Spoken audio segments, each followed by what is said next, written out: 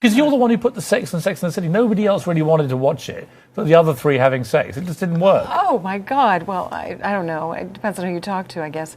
It was a great joy to be part of that, and I so enjoyed it. I think the dangerous thing is that people sort of associate you if you play a character over a long period of time, which I have Samantha, I think it's like 13 years now.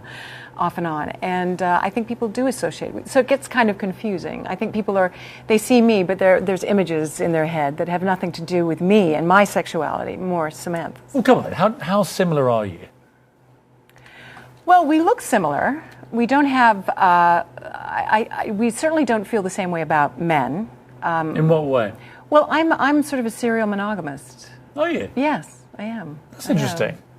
I've had the relationships that I've been in have been usually for 5, 6, 7, 8 years. I've been married twice, and those relationships have lasted quite a while. Whereas Samantha, she's on to the next very quickly.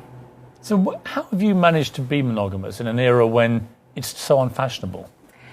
Well, I think that I fall in love. I fall in love very deeply, and I get to know the person, and we spend time together. Usually we share a lot of interests, and I invest a lot. I like to nurture. I don't have children, so the relationship is a way for me to express that kind of nurturing. And I enjoy being in a relationship very much. I find dating, especially now, over the internet with texts and emails, quite confusing because you really miss the physical contact with someone, actually spending time with them.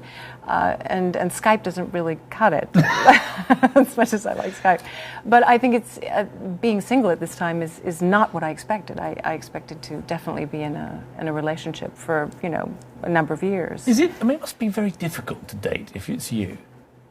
I mean, you are intimidating to men, just purely from this character, aren't you? I mean, they must be terrified, these poor guys. Well, Piers, I think it's difficult to date, period. I think it's difficult to meet people, especially, I'm in my 50s now, so I think it gets harder as you get older. Because I think most people meet their spouse, when they're in college, or some high school, some college, and then through work, and then you have a family, and then you go from there. But I think pretty much who your friends. You've dated quite a few people within that circle, and you have to go outside of that circle, and that's sometimes tough.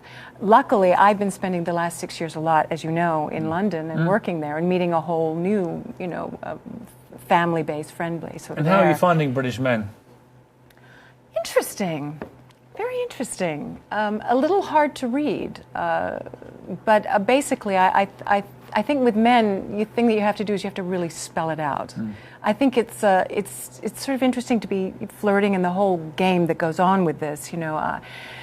It's very time consuming.